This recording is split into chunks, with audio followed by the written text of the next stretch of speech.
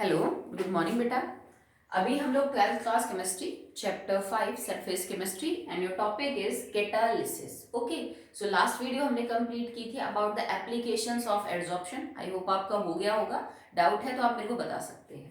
Next topic है आपका that is catalysis. तो कैटालिसिस तो आपने नहीं सुना होगा बट आपने कैटालिस्ट सुना होगा, तो वहीं से निकल के आया है। साइंटिस्ट है बर्जीलियस, ठीक है, था। जो बर्जीलियस एक साइंटिस्ट था, उसने सबसे पहले इस बात को महसूस किया कि अगर किसी रिएक्शन में कोई फॉरेन पार्टिकल मौजूद हो, जैसे आप कोई भी रिएक्शन करवा रहे हो और उसमें बाहर से कोई तीसरा एलिमेंट हम डाल दें, तो कई बार उस फॉरेन मटेरियल या फॉरेन पार्टिकल की प्रेजेंस में रिएक्शन बहुत ही ज्यादा स्पीड अप हो जाती है। Okay, he notice that in presence of some foreign particles, metal है, नॉन मेटल हो सकता है, आपकी जो रिएक्शन है उसकी स्पीड कई गुना बढ़ जाती है। और उन फॉरेन सब्सटेंसेस को उसने किसका नाम दिया? कैटालिस्ट का। ओके, अब वो जो मटेरियल है जो ऐसा कर रहा है, वो जो सब्सटेंस है जो रिएक्शन की स्पीड को इतना गुना बढ़ा रहा है, दैट इज कैटालिस्ट। और उस फिनोमिना को हम क्या बोलते हैं? कैटालिसिस, या फिर प्रोसेस समझ लीजिए, ठीक है, कि जो मटेरियल यूज कर रहे हो आप रिएक्शन की स्पीड को बढ़ाने में, दैट इज कैटालिस्ट। और ये जो फिनोमिना हो रहा है इसको हम क्या बोल देते हैं? कैटालिसिस। बहुत सारे एग्जाम्पल हैं, आपने 10th में 11th में बहुत रिएक्शन पढ़ी हैं जिनके अंदर आपको कैटलिस्ट देखने को मिलेंगे। Just like N2 plus 3H2 gets converted into 2NH3 and here iron is catalyst, molybdenum is promoter। एक ये रिएक्शन आपने पढ़ी है, potassium chlorate decomposition in the presence of MnO2 to form KCl and O2। बहुत सारे hydrogenation of oil, nickel, platinum, palladium, बहुत सारे catalyst आपने जो है वो पढ़े हैं, ठीक है। तो अगर आप इन रिएक्शंस को देखें तो जैसे यहाँ पे MnO2 मैग्नीज डाइऑक्साइड, यहाँ पे आयरन, अगर ये चीज मौजूद ना हो इस रिएक्शन में तो इसी रिएक्शन की स्पीड बहुत ज्यादा क्या हो जाएगी बेटा? कम। अगर यहीं पे आपने रिएक्शन को विद कैटलिस्ट ले लिया तो ये आपकी रिएक्शन को कम टेम्परेचर पे, कम प्रेशर में और बहुत ही जल्दी करवा देते हैं। मतलब विदाउट कैटलिस्ट भी रिएक्शन तो हो जाएगी बट वो टाइम भी लंबा लगेगा, उसमें हो सकता है प्रेशर भी आपको ज्यादा मेंटेन करना पड़े, हो सकता है आपको टाइम भी बहुत ज्यादा लगाना पड़े, हो सकता है कि टेम्परेचर हाई रखना पड़े और कोई कंडीशन मेंटेन करनी पड़े। तो उतना झंझट नहीं होता जब आप कैटलिस्ट के साथ रिएक्शन को करते हो। जैसे हम इसी का रिएक्शन का एग्जाम्पल लेके चले, अगर आप इसमें MnO2 को नहीं लेते हो तो लगभग ये जो रिएक्शन है वो आपकी 650 टू 870 केल्विन के आसपास की रिएक्शन। अगर आप इसी रिएक्शन को विदाउट MnO2 करते हो तो जो रिएक्शन है वो लगभग 650 से और 800, 850, 870 केल्विन के आसपास जो है वो प्रोसीड करेगी। बट अगर आपने यहाँ पे MnO2 ले लिया तो रिएक्शन तो फास्ट होगी ही होगी भाई। जो बढ़ने का रेट है KCl और O2 का वो तो फास्ट होगा ही होगा, पर ये जो रिएक्शन का टेम्परेचर है ना ये भी घट जाएगा। ये लगभग 450, 470 से और 650 केल्विन के आसपास आपका टेम्परेचर हो जाएगा।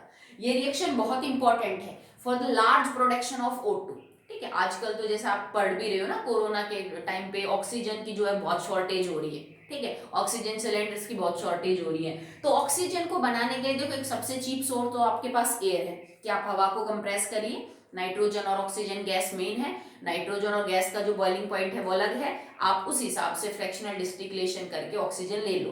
ये भी इंपॉर्टेंट तरीका माना जाता है ऑक्सीजन गैस को बनाने का, बहुत आसान है, बहुत मुश्किल नहीं है। पोटेशियम क्लोरेट को हमें डिकम्पोज करना होता है, तो this reaction is very important. अगर आप इसमें MnO2 ले लेते हो तो इस रिएक्शन में बहुत फास्टर रेट आ जाता है, मतलब O2 के बनने की स्पीड बहुत ज्यादा हो जाएगी। आप कम टाइम में ज्यादा ऑक्सीजन बना सकते हो और कम टेम्परेचर पे बना सकते हो।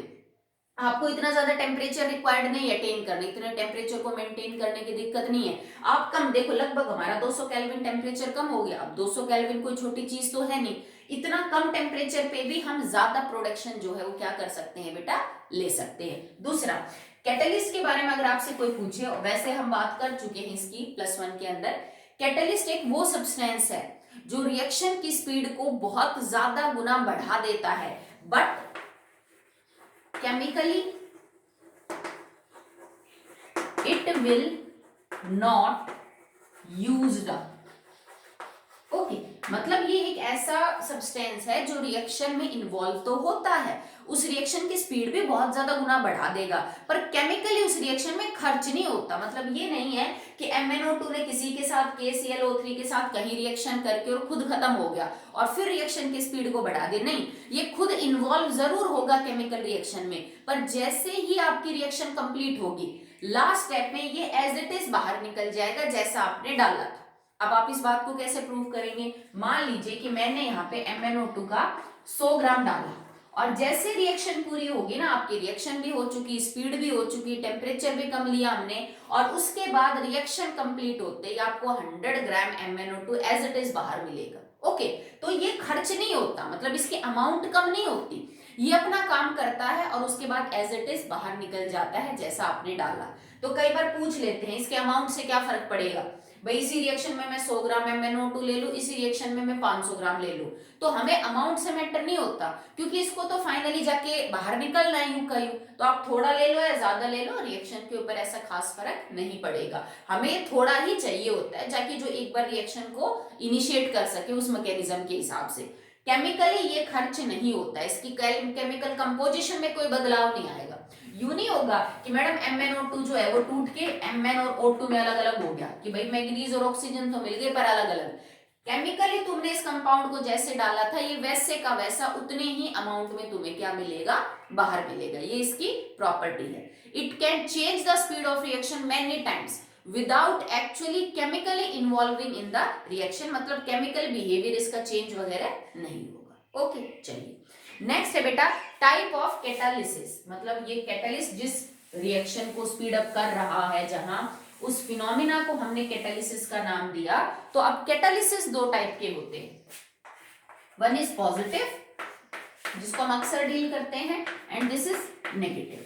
सारे कैटालिस्ट ऐसा नहीं करते बेटा कि रिएक्शन की स्पीड को हमेशा बढ़ाएं, कुछ एक सब्सटेंस ऐसे भी होते हैं जो अगर रिएक्शन के अंदर मौजूद हैं तो उस रिएक्शन की स्पीड को कई गुना कम कर देते हैं, मतलब काम दोनों तरह से होता है। कुछ अच्छे कैटलिस्ट हमारे लिए, या फिर यूं समझ लीजिए जो नेगेटिव है वो भी खराब नहीं है, वो भी हमने अपने फायदे के लिए उनको यूज किया है।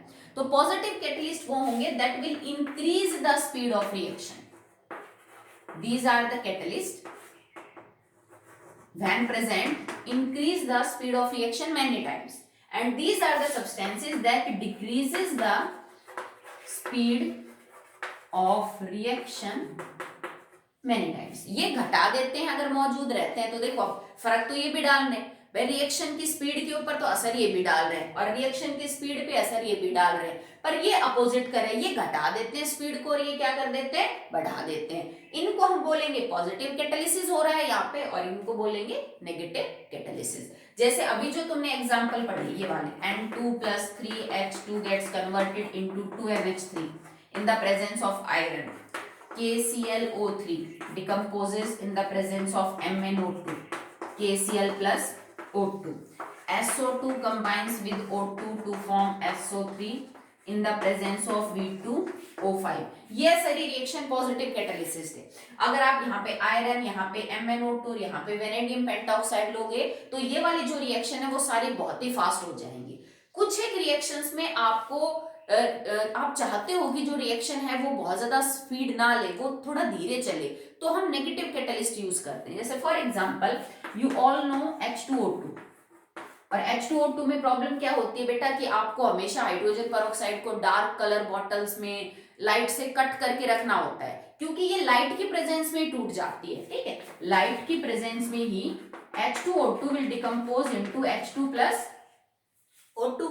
अब नॉर्मली अगर आपने जैसे भाई थोड़ी बहुत धूप में तो कहीं ना कहीं आपको मिल ही जाएगी रोशनी, और धीरे धीरे इतना भी ज्यादा स्टेबल कंपाउंड नहीं है, धीरे धीरे टूटता रहता है। आपने बॉटल के अंदर H2O2 को स्टोर करके रखा और आप चाहते हो भाई नॉर्मली अगर तुम कुछ नहीं करते तो मान लो 1 महीने में वो H2O2 डिकम्पोज हो जाएगी और वो H2 और O2 में कन्वर्ट हो जाएगी। आप उसको 1 महीने की बजाय मान लीजिए 6 महीने चलाना चाहते हो कि 6 महीने तक तो कम से कम ये सेफ रहे, उसके बाद कोई बात नहीं। ठीक है, तो हम क्या करते हैं इसके अंदर एक ऐसा केमिकल डाल देते हैं जिसके डालने के बाद इस रिएक्शन की जो स्पीड है ना वो बहुत कम हो जाए। मान लो कि हम ये कह दें कि एक दिन के अंदर, एक दिन में 1 मॉलिक्यूल डिकम्पोज हो रहा है। भाई फिलहाल रिएक्शन की स्पीड ये है विदाउट कैटलिस्ट। ठीक है, एक दिन में 1 मॉलिक्यूल डिकम्पोज होगा, ठीक है। और मान लो इसके अंदर 30 मॉलिक्यूल मौजूद है, मैं सिर्फ आपको समझाने के लिए कह रही हूँ, तो एक महीने में ये पूरा डिकम्पोज हो जाएगा। अब आप चाहते हो कि मैं इसको साल भर या 6 महीने के लिए जो है वो स्टोर करके रखे और ये खराब ना हो, तो मुझे कुछ ऐसा केमिकल डालना पड़ेगा जो इसकी इस स्पीड को कम कर दे, कि अब जो आपका मॉलिक्यूल है, मान लो 10 दिन में एक मॉलिक्यूल डिकम्पोज हो रहा है या 20 दिन में एक मॉलिक्यूल डिकम्पोज हो रहा हो, तो मुझे यहाँ पे नेगेटिव कैटलिस्ट डालने पड़ते हैं जो अगर मौजूद हो तो इस रिएक्शन की स्पीड को क्या करते, बहुत ही कम कर दे।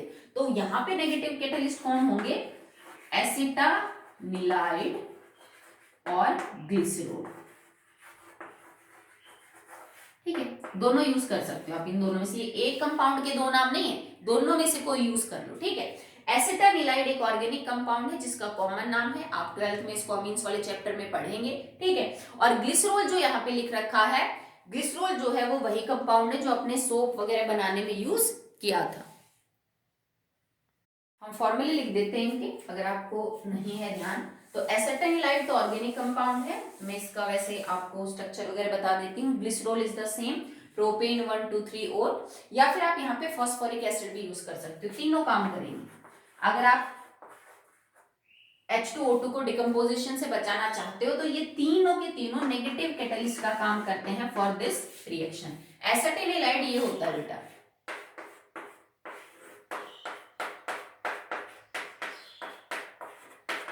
This compound is organic compound है, this is known as acetanilide. Glycerol का फॉर्मूला आप सबको पता होगा और फॉस्फोरिक एसिड का मैंने लिख ही दिया है। तो अगर इन तीनों में से आपने कुछ भी डाल दिया तो ये इस रिएक्शन की स्पीड को बहुत ही कम कर देंगे और फाइनली आपका जो H2O2 है वो लंबे टाइम तक चलेगा। तो देखो हमारे फायदे के लिए हमने इसको यूज किया है। नेक्स्ट है क्लोरोफॉर्म। क्लोरोफॉर्म का जब ऑक्सीडेशन होता है तो it will convert into COCl2 H2। ठीक है, ये जो गैस बाहर निकल रही है ना, it is known as phosgene.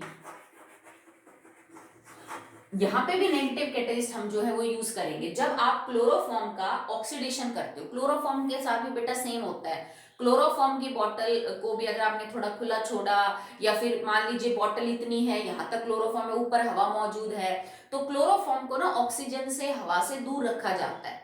पहले क्लोरोफॉर्म जो था ना वो एनेस्थेटिक एजेंट था, कि डॉक्टर ऑपरेशन वगैरह करने से पहले पेशेंट को सुंघा देते थे ताकि ये बेहोश कर दे पेशेंट को, और जब उसकी सर्जरी की जाए तो उसको पेन वगैरह फील ना हो। आपने कई बार टीवी एड्स में भी देखा होगा कि क्लोरोफॉर्म सुंघा के किसी को बेहोश कर देते हैं। तो पहले हम इसको इस पर्पस में यूज करते थे, और वो दवाइयां या वो केमिकल जो बेहोश करने के लिए यूज किए जाते हैं उनको बोलते हैं एनेस्थेटिक एजेंट, और ये एक अच्छा एनेस्थीसिया था।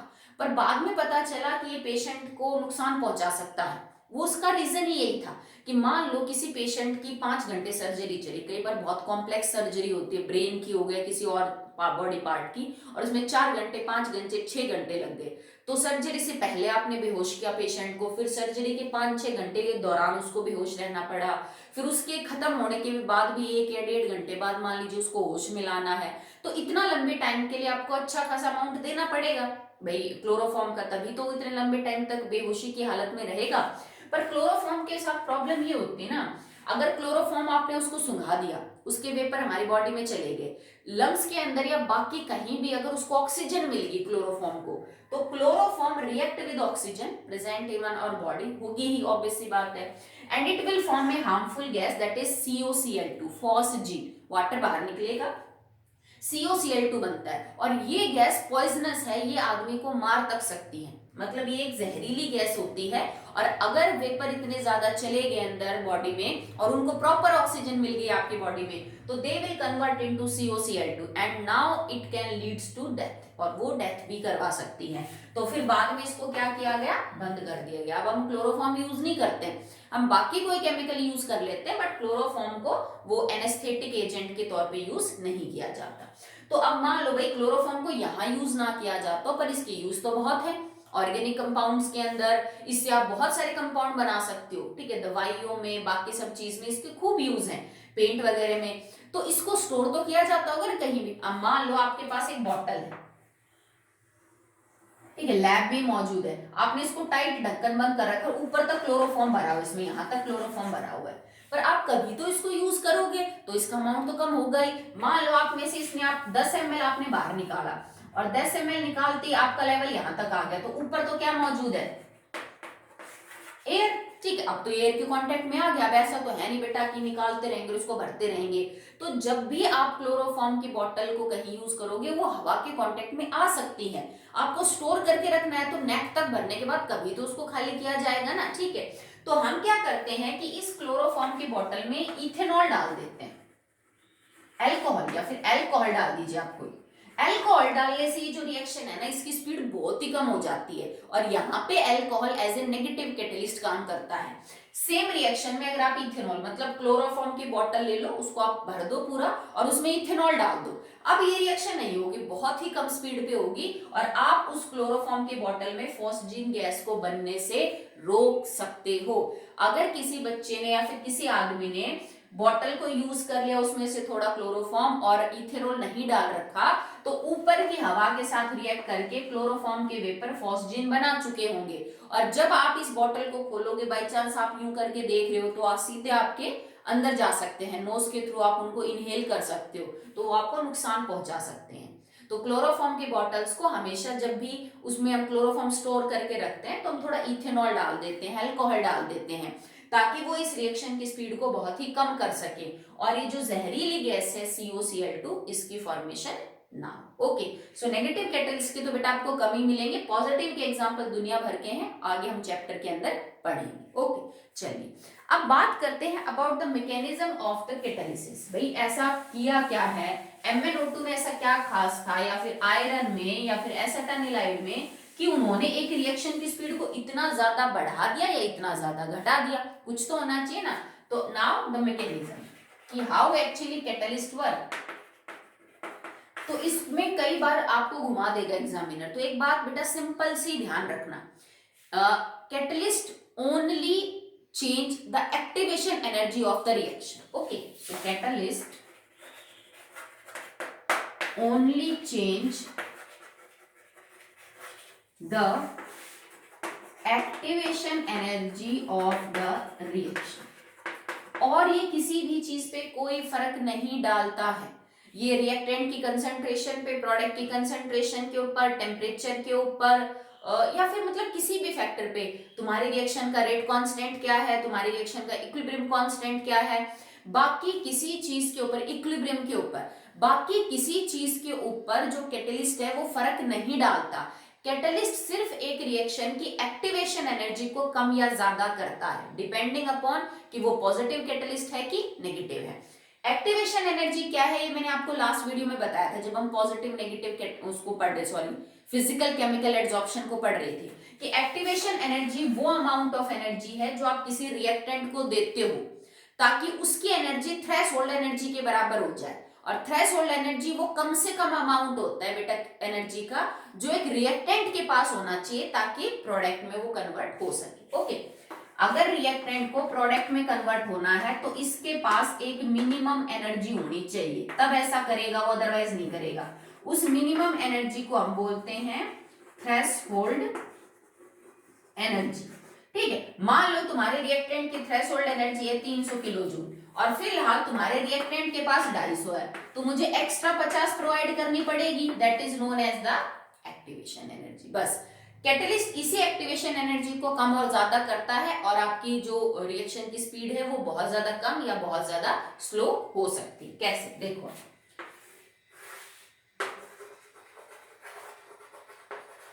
इधर मैं बना रही हूं प्रोग्रेस ऑफ रिएक्शन, मतलब टाइम के साथ साथ कैसे आपकी रिएक्शन चल रही है, और इधर मैंने ग्राफ प्लॉट कर दिया between the activation energy of the reaction.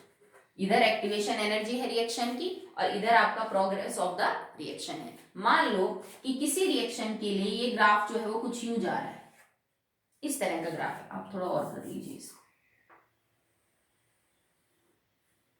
ठीक है, इस तरह का कोई ग्राफ है किसी भी टाइप की रिएक्शन के लिए। ठीक है, हमने माना है, ज्यूम किया है। अब इसके अंदर आप अगर देखो तो ये फिलहाल इसकी एक्टिवेशन एनर्जी है मैक्सिमम इधर।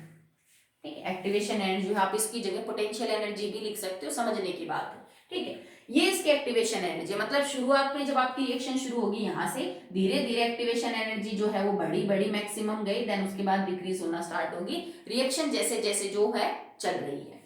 ये है विदाउट द कैटलिस्ट, आपने कैटलिस्ट नहीं डाला तब आपका ग्राफ जो है वो कुछ ऐसे है। अगर आप कैटलिस्ट डालते हो और ये जो ग्राफ है ये ऐसे आ गया, ये है विदाउट कैटलिस्ट और ये है विद कैटलिस्ट। अगर कैटलिस्ट डालने के बाद आपने नोट किया कि तुम्हारी रिएक्शन की जो एक्टिवेशन एनर्जी है वो कम हो गई, मतलब पहले अगर मुझे 50 किलो जूल सप्लाई करनी पड़ रही थी तब जाके मेरे रिएक्टेंट प्रोडक्ट में कन्वर्ट हो रहे थे, तो वो स्पीड वही डिसाइड करेंगे भाई कितनी एनर्जी दे के आपका प्रोडक्ट बन रहा है। अब 50 की बजाय मान लीजिए अगर ये 10 ही रह गई कि अब एक्टिवेशन एनर्जी कम होगी रिएक्शन की। होता क्या है ना बेटा कि कैटलिस्ट एक रिएक्शन को किसी दूसरे रास्ते से लेके जाता है। जैसे मान लो आपको आर को पी में कन्वर्ट करना है, ये फर्स्ट पाथ है, और ये आपको आर से पी में कन्वर्ट करना है, ये सेकंड पाथ है। इसमें एक्टिवेशन एनर्जी 50 किलो जूल है, तो कैटलिस्ट क्या करता है ना, इसी रिएक्शन को दूसरे रास्ते से लेके जाता है जिसमें आपकी जो एक्टिवेशन एनर्जी है वो क्या हो जाती है, कम, बस और कुछ नहीं। इसी नाते इसकी जो स्पीड है वो बढ़ जाती है। तो क्या करेगा यहाँ पे, इस ये डॉटेड लाइन का मतलब है कि जब कैटलिस्ट आया तो रिएक्शन की जो एक्टिवेशन एनर्जी थी वो पहले के मुकाबले कम होगी। अब आपको सिर्फ 10 किलो जूल एनर्जी सप्लाई करनी पड़ी और आपके रिएक्टेंट मॉलिक्यूल किस में कन्वर्ट हो गए, प्रोडक्ट में।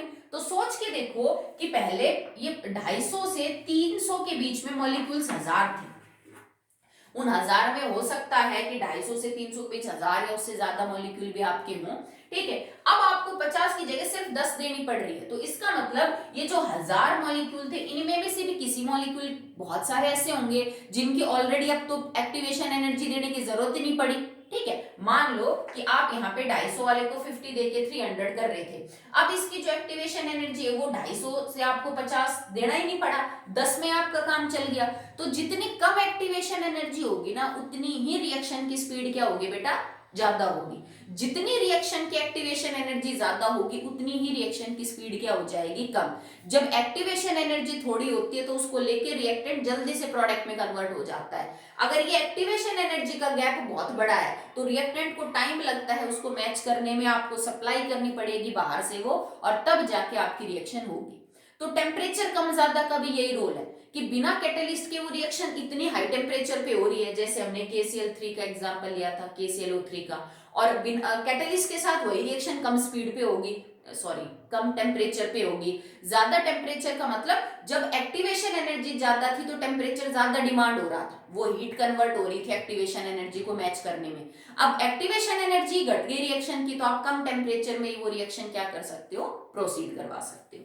अगर यही चीज जो है वो नेगेटिव कैटलिस्ट के लिए होती तो नेगेटिव कैटलिस्ट उल्टा करेंगे, वो इसी रिएक्शन की एक्टिवेशन एनर्जी को क्या कर देते हैं, बढ़ा देते हैं। तो अब ये डॉटेड लाइन जो है ना वो आपको ऊपर की तरफ मिलेगी, ठीक है। तो ये हो जाएगी नेगेटिव कैटलिस्ट के लिए लाइन और ये है आपकी पॉजिटिव कैटलिस्ट के line. Positive catalyst activation energy को घटा के रिएक्शन को फास्ट कर देते हैं, जबकि नेगेटिव कैटलिस्ट उसी रिएक्शन की एक्टिवेशन एनर्जी को बढ़ा के क्या कर देते हैं, रिएक्शन की स्पीड कम कर देते हैं। Okay, the key point behind the mechanism of catalysis is the lowering of activation energy.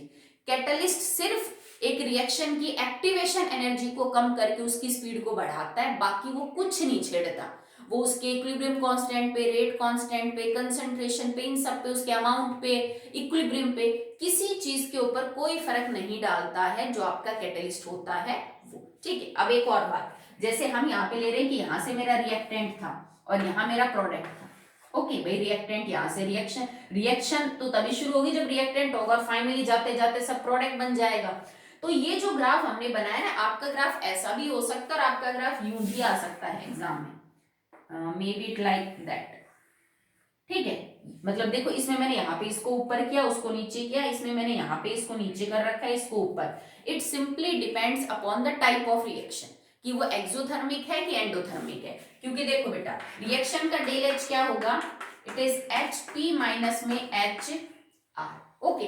देखो या तो भाई आपकी रिएक्शन अगर आपका P बड़ा है और आपका R छोटा है तो डेल H की वैल्यू क्या आ जाएगी, पॉजिटिव। अगर आप if del Hp is greater than HR, आपका जो डेल H है दैट विल बी नेगेटिव अगर आपके पास डेल HR रिएक्टेंट की एंथैल्पी बड़ी है और प्रोडक्ट की क्या है, कम है। तो ये जो दो ग्राफ बनेंगे ना, जिसमें एक अगर ये रिएक्टेंट है तो रिएक्टेंट का आपको जो पॉइंट है वो ऊपर की तरफ या प्रोडक्ट का ऊपर की तरफ, वो डिपेंड करता है कि रिएक्शन एक्सो है कि एंडो है। इसमें देखो मैंने रिएक्टेंट का थोड़ा ऊपर बनाया, प्रोडक्ट का नीचे बनाया। अब रिएक्टेंट का ऊपर का मतलब रिएक्टेंट की जो एनर्जी है फिलहाल वो क्या है, ज्यादा है। जैसे यहाँ पे हमने लिखा ना एक्टिवेशन एनर्जी, चाहो तो आप यहाँ पे potential energy of the reaction लिख सकते हो। पोटेंशियल एनर्जी समझने के लिए आप उसको एक्टिवेशन एनर्जी कह सकते हो कि एक्चुअली में रिएक्शन जब शुरू हो रही है तो रिएक्टेंट के पास जो अमाउंट ऑफ एनर्जी है वो आप पोटेंशियल एनर्जी के तौर पे दिखा सकते हो, ठीक है।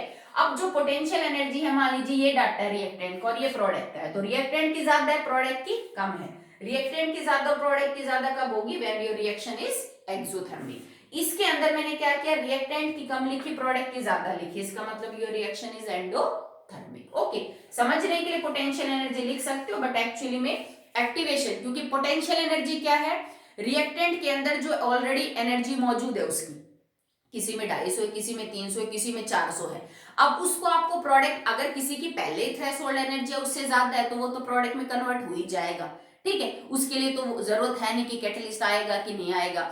हमें काम किन पे करना है कि जिनको एक्टिवेशन एनर्जी चाहिए उनकी कम कर दो ताकि वो जल्दी से कन्वर्ट हो जाए। तो आप एक्टिवेशन एनर्जी जो है वो पहले के मुकाबले कम हो जाती है अगर आप कैटलिस्ट लाते हो तो, ठीक है। और अगर नहीं लाओगे तो वही जो है वो ज्यादा एक्टिवेशन एनर्जी के साथ रिएक्शन प्रोसीड करेगी, ठीक है। मैंने सिर्फ आपको समझाने के लिए बताया है कि जो एक्टिवेशन एनर्जी का कर्व है वो कम या ज्यादा होता है in the presence of catalyst, depending upon कि वो पॉजिटिव है कि वो नेगेटिव। ओके,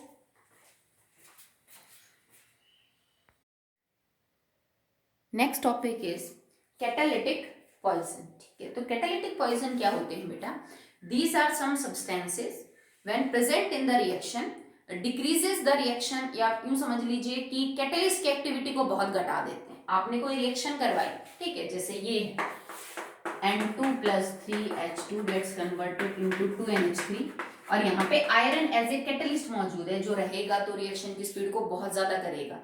अगर आयरन के साथ में कोई ऐसा सब्सटेंस ले आऊं जो आते ही आयरन की एक्टिविटी को कम कर दे, भाई ये जो कैटलिस्ट का काम कर रहा है इसकी एफिशिएंसी को कम कर दे, इसकी एक्टिविटी को कम कर दे, तो उसको हम बोलेंगे कैटालिटिक पॉइजन।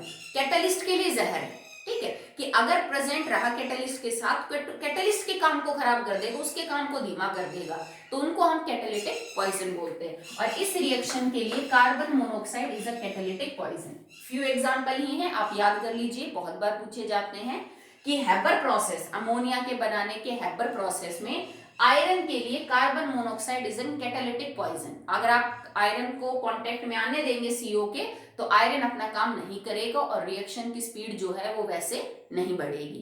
तो यहाँ पे ये कैटालिटिक पॉइजन है। एक होते हैं कैटालिटिक प्रोमोटर। अब प्रोमोटर क्या करेंगे, अगर ये कैटलिस्ट के साथ है तो कैटलिस्ट की स्पीड को और बेटर कर देंगे। मतलब कैटलिस्ट तो अपना काम कर ही रहा है, बट अगर कैटलिस्ट के साथ कोई फॉरेन पार्टिकल मौजूद हो जो कैटलिस्ट की स्पीड को और बेटर कर रहा हो, तो उसको हम क्या बोलेंगे, प्रोमोटर। जैसे इस किसी रिएक्शन में molybdenum is a promoter. Okay, so Haber process, manufacturing of ammonia, iron is catalyst, carbon monoxide is a catalytic poison. तो हमें हमेशा अमोनिया को CO से दूर रखना पड़ेगा। इसमें कई बार क्वेश्चन भी पूछ लेते हैं कि कार्बन मोनोऑक्साइड से क्यों बचा के रखते हैं, क्योंकि वो कैटालिटिक पॉइजन है। और इसी रिएक्शन में molybdenum is acting as a promoter, वो आयरन की काम को की स्पीड को और ज्यादा बढ़ाने का क्या करता है, काम करेगा। यूजुअली माना जाता है कि मोलिब्डेनम जो है वो आयरन सरफेस को ज्यादा रफ कर देता है, और रफनेस बढ़ने से उसकी जो एड्सॉर्प्शन की पावर है वो बढ़ती है। दैट्स व्हाई कैटलिस्ट अच्छा काम करते हैं। ओके, चलिए नेक्स्ट है बेटा टाइप्स ऑफ कैटालिसिस। एक और टाइप्स, अभी तो हमने पॉजिटिव और नेगेटिव पढ़ी है, ये मेन टाइप है आपकी कैटालिसिस की, ठीक है। तो आज हम इनको करेंगे, बहुत सिंपल है, डायरेक्ट क्वेश्चन इसके ऊपर पूछे जाते हैं।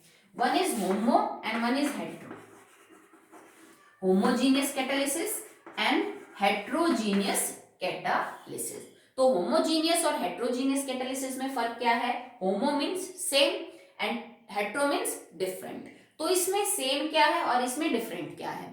इसमें सेम क्या होगा बेटा, अगर रिएक्टेंट, प्रोडक्ट और कैटलिस्ट तीनों की जो स्टेट है वो सेम है, इसमें रिएक्टेंट, प्रोडक्ट और कैटलिस्ट कि जो स्टेट है आर नॉट सेम। ठीक है, किसी की भी हो सकता है, किसी दो की सेम हो, एक की अलग कर जाए, पर तीनों की एक जैसी नहीं मिलेगी। अगर किसी रिएक्शन में रिएक्टेंट, प्रोडक्ट और कैटलिस्ट तीनों एक ही स्टेट में मौजूद है, चाहे तीनों लिक्विड हो, चाहे तीनों गैस हो, चाहे कुछ भी हो, ठीक है, तो हम बोलेंगे यहाँ पे होमोजीनियस कैटालिसिस हो रहा है भाई, सारी फेज बराबर हो रही है, सॉलिड, लिक्विड, गैस सब, मतलब रिएक्टेंट, प्रोडक्ट और कैटलिस्ट सब एक स्टेट में मौजूद है। अगर एक भी स्टेट अलग होगी, रिएक्टेंट प्रोडक्ट की सेम है, आपके उसकी कैटलिस्ट की अलग होगी, कैटलिस्ट प्रोडक्ट की सेम है, रिएक्टेंट की अलग होगी, तो हम क्या बोलेंगे, it is an example of heterogeneous catalysis. Clear आप सबको? अब इसमें जो मेन बात है वो ये कि सीबीएसई आपको बोलेगी बेटा एक एग्जांपल होमोजीनियस का और एक एग्जांपल हेट्रोजीनियस कैटालिसिस का लिखो, और इसमें फर्क ही सिर्फ किस बात का है, the state of reactant, product and catalyst. और आप एग्जांपल लिख के आए, आपकी रिएक्शन भी ठीक है, बट आपने स्टेट मेंशन नहीं करी कि रिएक्टेंट, प्रोडक्ट और कैटलिस्ट की क्या है, तो आपका नंबर डिडक्ट होगा। तो इस टाइप के क्वेश्चन में 100% आप स्टेट मेंशन करके आओगे कि कौन कौन सी स्टेट रिएक्टेंट, प्रोडक्ट और कैटलिस्ट की है। चलिए स्टार्ट करते हैं with the number 1, homogeneous catalysis.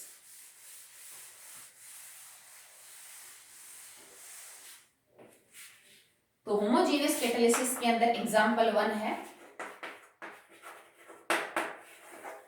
SO2 gas combines with O2 gas to form SO3 gas in the presence of NO gas। अब इस इक्वेशन को बहुत ध्यान से देखो, इससे पहले मैंने जितनी बार भी आपको ऐसी इक्वेशन करवाई होगी, SO2 react with O2 to form SO3, हमने यहाँ पे V2O5 लिया था, वेनेडियम पेंटाऑक्साइड, ओके, और वो सॉलिड स्टेट में है, तो बेटा सेम रिएक्शन होती है NO के प्रेजेंस में भी, नाइट्रिक ऑक्साइड, और ये रिएक्शन है लेड चैम्बर प्रोसेस की, वो ओस्टवाल्ड प्रोसेस H2SO4 को बनाने का, ये लेड चैम्बर प्रोसेस है। तो यहाँ पे देखो nitric oxide gas, SO3 gas, O2 gas and SO2 is also gas, so this reaction is an example of क्या, होमोजीनियस कैटालिसिस। सबकी स्टेट क्या है बेटा, सबकी गैस है। एक रिएक्शन ये है CO gas combines with O2 gas in the presence of NO gas to form CO2 gas। ठीक है, carbon monoxide gas react with oxygen gas, NO nitric, ये एज एन कैटलिस्ट काम कर रहा है, गैसियस फॉर्म है, और CO2 भी, कार्बन डाइऑक्साइड भी क्या है, गैस है। तो ये दो रिएक्शन है जिनको हम क्या बोलेंगे, होमोजीनियस कैटालिसिस का एग्जांपल। अगर मैं यहाँ पे सब कुछ सेम रखती पर V2O5 सॉलिड लिख देती, तो ये होमो की वजह किसका एग्जांपल हो जाता, हेट्रोजीनियस कैटालिसिस का एग्जांपल हो जाता। एक और रिएक्शन है होमो का, तुमने 10th में पढ़ा था, CH3COH लिक्विड प्लस में C2H5OH liquid in the presence of H2SO4 ले लो, चलो liquid, to form CH3COO C2H5 liquid and H2O liquid. Okay, ethanoic acid liquid state में, इथेनॉल लिक्विड स्टेट में in the presence of H2SO4 liquid या HCl liquid to form ethyl acetate liquid and plus water liquid. तो इसके अंदर भी बेटा आपका जो कैटलिस्ट है, जो रिएक्टेंट और प्रोडक्ट है, वो सब की स्टेट में है, they are all in the liquid state. तो ऊपर दो एग्जांपल गैसियस स्टेट के थे जिसमें सब गैसियस हों, और नीचे वाले में सारे रिएक्टेंट, प्रोडक्ट और कैटलिस्ट आपकी किस स्टेट में है, इन द लिक्विड स्टेट। चलिए कुछ और एग्जांपल देखते हैं आगे। The next two examples are, हमने यहाँ पे लिया है O3 प्लस में नेसेंट ऑक्सीजन। ये बेटा रिएक्शन वो है जो स्ट्रेटोस्फीयर में होती है, ओजोन ऑक्सीजन, ऑक्सीजन ओजोन में कन्वर्ट होता है। तो O3 नेसेंट ऑक्सीजन को लेके या तो नाइट्रिक ऑक्साइड गैस की प्रेजेंस में या क्लोरीन एटम की प्रेजेंस में, ये 2 इसके लिए, या तो गैसियस क्लोरीन एटम की प्रेजेंस में, क्योंकि वहां पे रेडिएशन से क्लोरीन मॉलिक्यूल, ऑक्सीजन गैस का मॉलिक्यूल टूट जाते हैं into nascent chlorine and nascent oxygen. तो this gas react with this gas to form this gas. ठीक है, तो यहाँ पे ये जो रिएक्शन हो रही है इसके अंदर आपने क्या ले रखे हैं, सबके सब गैसेस कंडीशन में।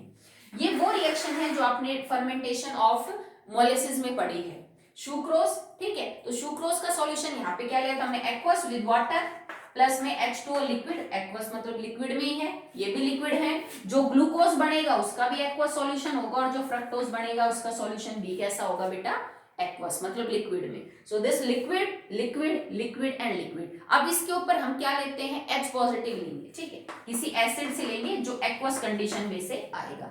H2SO4 हो सकता है, H पॉजिटिव हो सकता है। तो ये एग्जांपल किसके हैं, होमोजेनियस कैटालिसिस की। एक और एग्जांपल देख लेते हैं, उसको हम आगे ऑर्गेनिक केमिस्ट्री में पढ़ेंगे भी। अगर हम दो मॉलिक्यूल अल्कोहल के ले और उनको कंसंट्रेटेड H2SO4 की प्रेजेंस में रखें, जैसे मैंने ले लिया C2H5OH, C2H5OH, कंसंट्रेटेड H2SO4, ये आपने ले रहा है लिक्विड, ये भी लिक्विड है और ये भी लिक्विड है। तो दो मॉलिक्यूल में से एक वाटर मॉलिक्यूल का लॉस हो जाएगा, दो अल्कोहल के मॉलिक्यूल में से एक वाटर मॉलिक्यूल का लॉस हो जाएगा। टेम्परेचर इस रिएक्शन का रहेगा 413 केल्विन और बनेगा क्या, C2H5O C2H5। This is di ethyl ether. बाहर ईथर ग्रुप बन गया फंक्शनल, वाटर बाहर निकल गया, वाटर लिक्विड, जो डाई इथाइल ईथर निकलेगा वो भी किस फॉर्म में होगा, लिक्विड फॉर्म में, ठीक है। तो ये हुआ बेटा, हमने दो इथेनॉल के जो मॉलिक्यूल हैं, दो मॉलिक्यूल जो है वो इथेनॉल के हमने लिए हैं। और ऐसा बहुत सारे अल्कोहल करते हैं, सिर्फ इथेनॉल नहीं। अगर हम दो अल्कोहल के मॉलिक्यूल को किसी एसिड की प्रेजेंस में रखें, 413 केल्विन टेम्परेचर हो, तो दो मॉलिक्यूल मिलके एक वाटर मॉलिक्यूल का लॉस करेंगे। दिस इज इंटरमॉलिक्यूलर डिहाइड्रेशन, ठीक है, और ईथर की फॉर्मेशन होगी। तो ईथर, वाटर, अल्कोहल और जो H2SO4 है, उन सब की स्टेट जो है क्या है बेटा, वो सेम है, that all are in the liquid state, ठीक है। इसके अलावा भी एग्जांपल हो तो आप उनको नोट कर लीजिएगा, समझने की कोशिश करना। वैसे सब की स्टेट आपको मेंशन मिलेंगी। जितने ज्यादा एग्जांपल याद करोगे उतना बेटर रहेगा। इनमें से कट करने की कोशिश मत करना कि दो कर लेते हैं बहुत है, तीन कर लेते हैं बहुत है। किसी भी एग्जाम्पल से जो है वो आपसे क्वेश्चन पूछा जा सकता है। जैसे मैं एक रिएक्शन लिखती हूँ, आप उसमें ये बताना स्टेट्स क्या है। हाइड्रोजन पेरोक्साइड का decomposition in the presence of I negative to form H2O and O2। हमने हाइड्रोजन पेरोक्साइड को डिकम्पोज किया I नेगेटिव की प्रेजेंस में, वाटर और O2 बना। आपको होमवर्क रहेगा, आप इन चारों की जो स्टेट है वो बताएंगे कि कौन कौन सी है। Okay, so that all for the day. इसके बाद हम पढ़ेंगे थ्योरी ऑफ होमोजेनियस कैटालिसिस, ये कैसे काम करते हैं, फिर हेटेरोजेनियस कैटालिसिस क्या होती है और वो काम कैसे करती है, ठीक है।